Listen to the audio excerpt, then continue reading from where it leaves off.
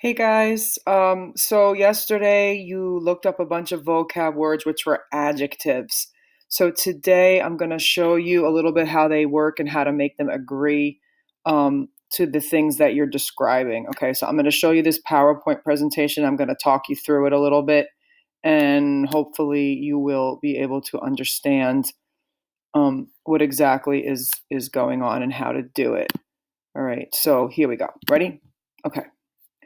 Um, Sorry. Okay. So, so obviously you guys know that adjectives are words that describe people, places, and things. And you also know that in Italian, everything has to match and has to agree. You saw that with the thes and with all that other stuff.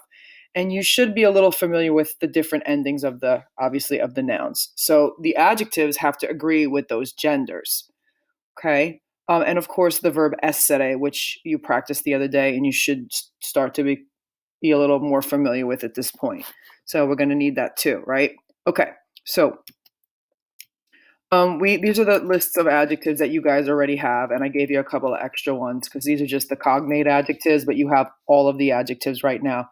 I know it's a pretty big list, but a little bit at a time. If you study, you will be able to get it all. Okay. All right. So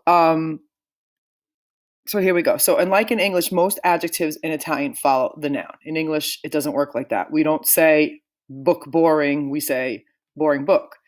We don't say boys studious, we say studious boys. But as you can notice, as you see in the Italian language, it goes the other way. So the adjective is going to go after whatever it is that you're describing. So instead of saying long hair, you're going to say hair long. Instead of saying long movie, you're going to say movie long, and so on. Okay.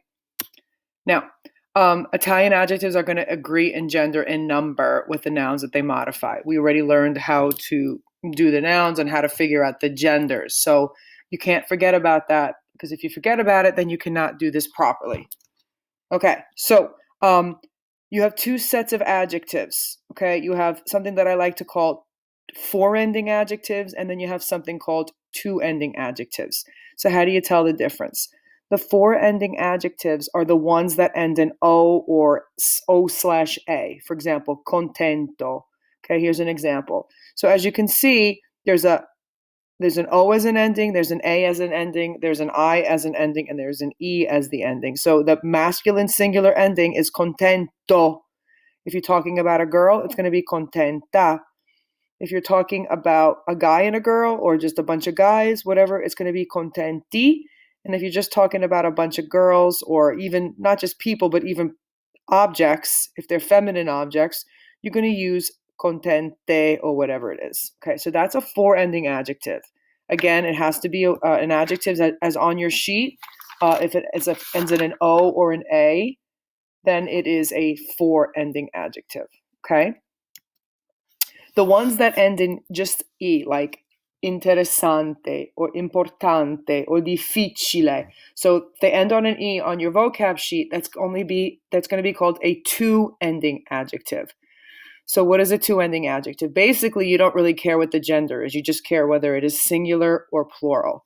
So if it's singular, if it's one thing, you're going to use è, like intelligente. So Lucia è intelligente.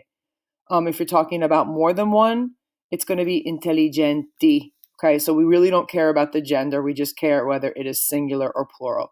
So if it ends in an E on your vocab sheet, it's going to be only a two ending adjective. Got it? The Coca-Cola rules apply also to the adjectives. So if the adjective ends in ko, ka, go, or ga, you're going to have to put an H in there when you make it plural. Okay. You have some exceptions, like you do like amico, amici, and that is simpatici and antipatici. Okay.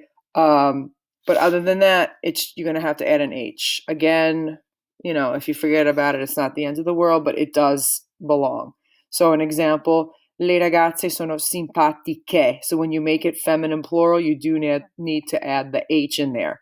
Or for the word German, tedesco, if it is more than one, it's gli amici sono tedeschi. You see the H in there? Okay, so that's the Coca-Cola rule. Okay, again,